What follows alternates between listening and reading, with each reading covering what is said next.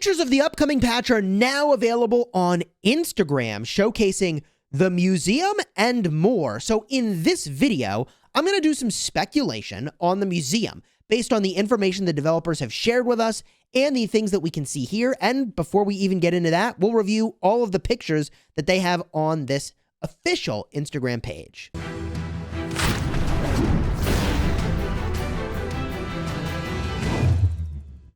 Hello, my friends, and welcome back. I'm Chisgule Gaming, and this video is sponsored by the makers of Rise of Kingdoms. And I want to go over all of the pictures that are here in this official Instagram page, and I follow Rise of Kingdoms on Facebook and Twitter and YouTube channels in multiple languages and more. So if you want to have all of this information consolidated for you, like I do, subscribe to the channel so you don't miss a thing, and consider throwing a like on the video. Thank you. It supports the channel.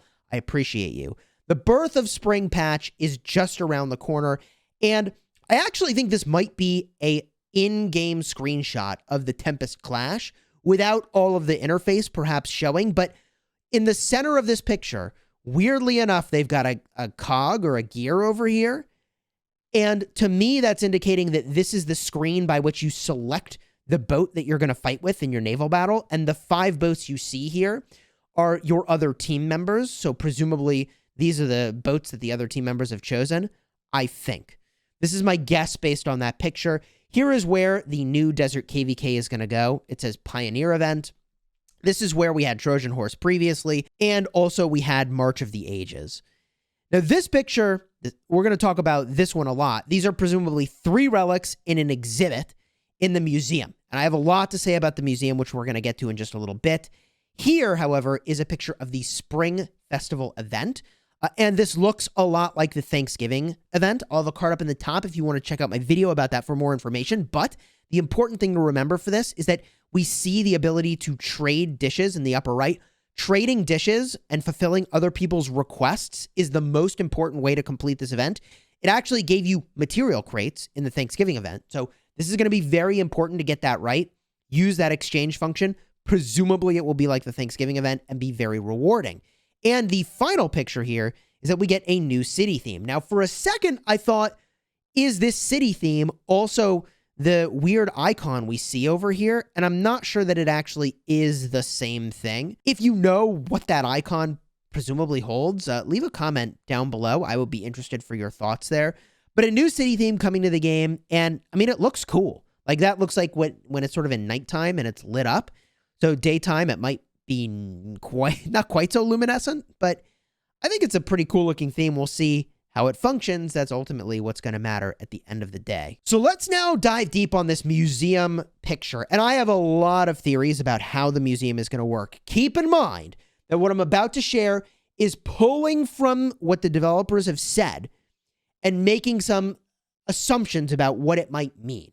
Starting with the fact that the museum as a whole is designed to, in their own words, help governors strengthen certain commanders, allowing them to face the challenges of the Season of Conquest, which to me says that you're likely able to strengthen your commanders very, very quickly before your first Season of Conquest KVK pop, because the intention is to make you able to handle Season of Conquest with the commanders you have, which means it should be easier to do than actually getting commander sculptures. That's my expectation.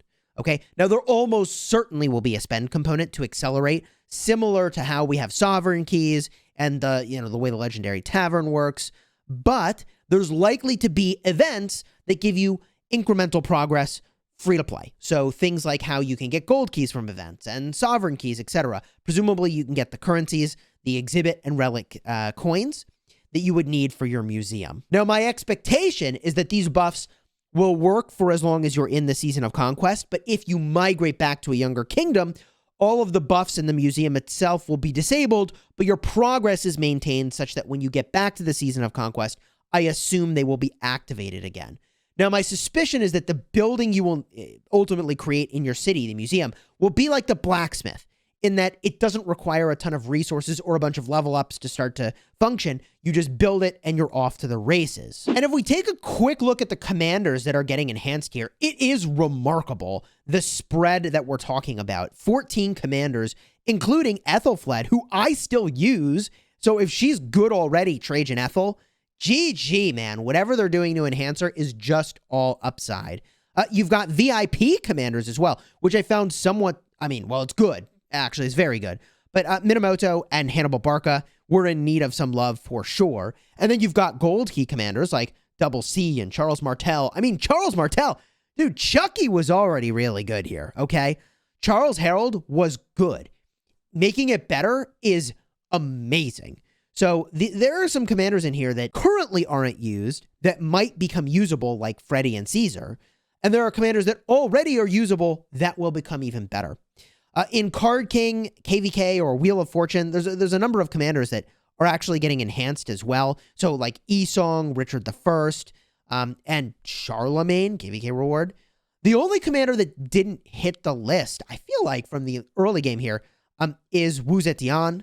We also don't see Lu Bu on the list. GG Lu Bu, man. Big rip there.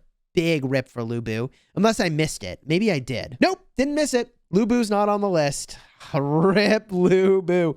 Oh, wow. That is actually a little surprising. My lowest level, literally my lowest level commander. He's going to stay that way. Now, there are 2 currencies that developers mentioned that would allow you to actually enhance these commanders. And let me jump back to that picture again. Before I had seen this picture, what I was envisioning was that in the exhibit, once you unlocked it, the commander would sort of be standing there as a statue, and you would get these relics or enhancements for it, like you would enhance the sword, or you would enhance the crown, or you would unlock them, or something like that, right?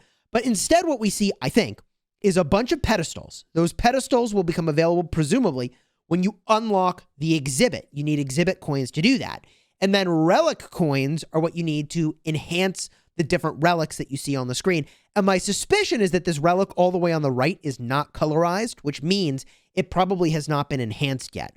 I expect there will be more than one level of enhancement, but also because one is colorized, or I guess 2 are colorized in this picture, and the other is not, there might just only be like one level of upgrade. You either have the relic unlocked or you don't, and you buy it using your relic coins in a shop.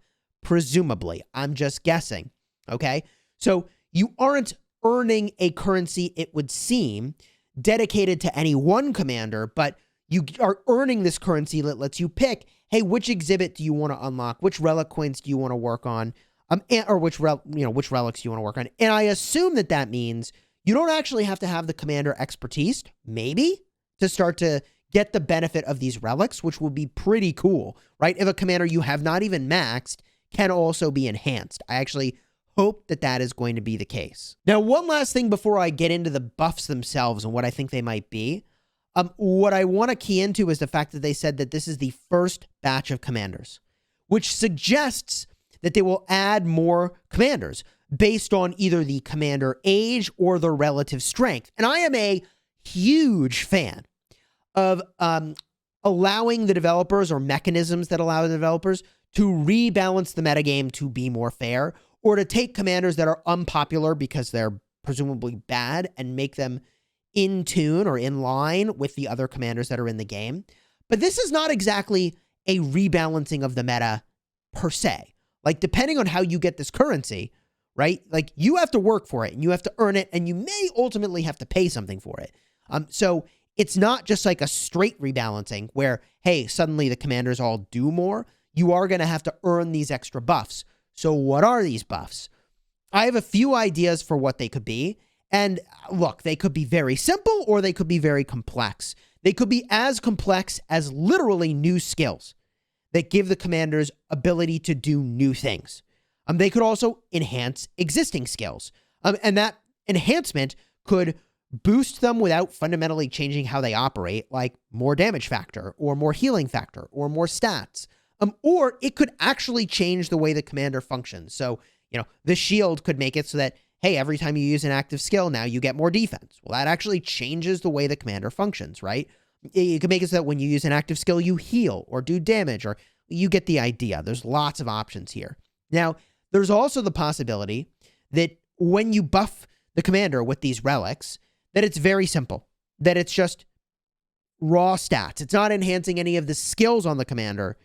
That potentially what you see here is like, hey, you know, Julius Caesar has, let's say he's got the dagger.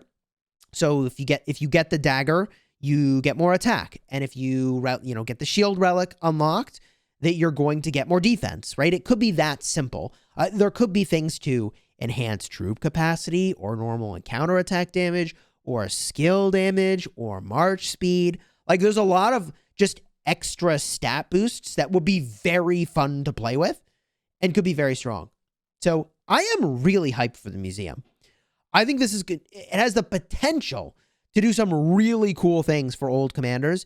And this, to me, by the way, potentially, depending on how strong these buffs are, signals very strongly that perhaps the thing you should do to shift your focus and priorities in the game should be away from legendary commander sculptures and toward equipment.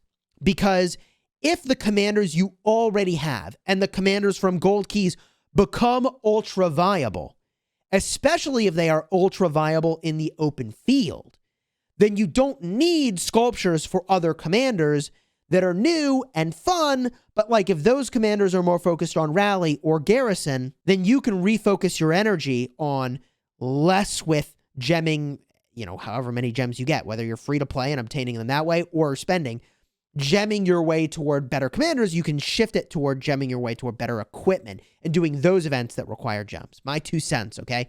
I am hyped for the museum, and I'm eager for your thoughts down below in the comments. How do you think that this is going to work? Throw a like on here. Consider subscribing so that you don't have to go to all these different sources. Let me do the work for you and publish those daily videos for Rise of Kingdoms for you to enjoy. Until next time, you have fun smashing your enemies.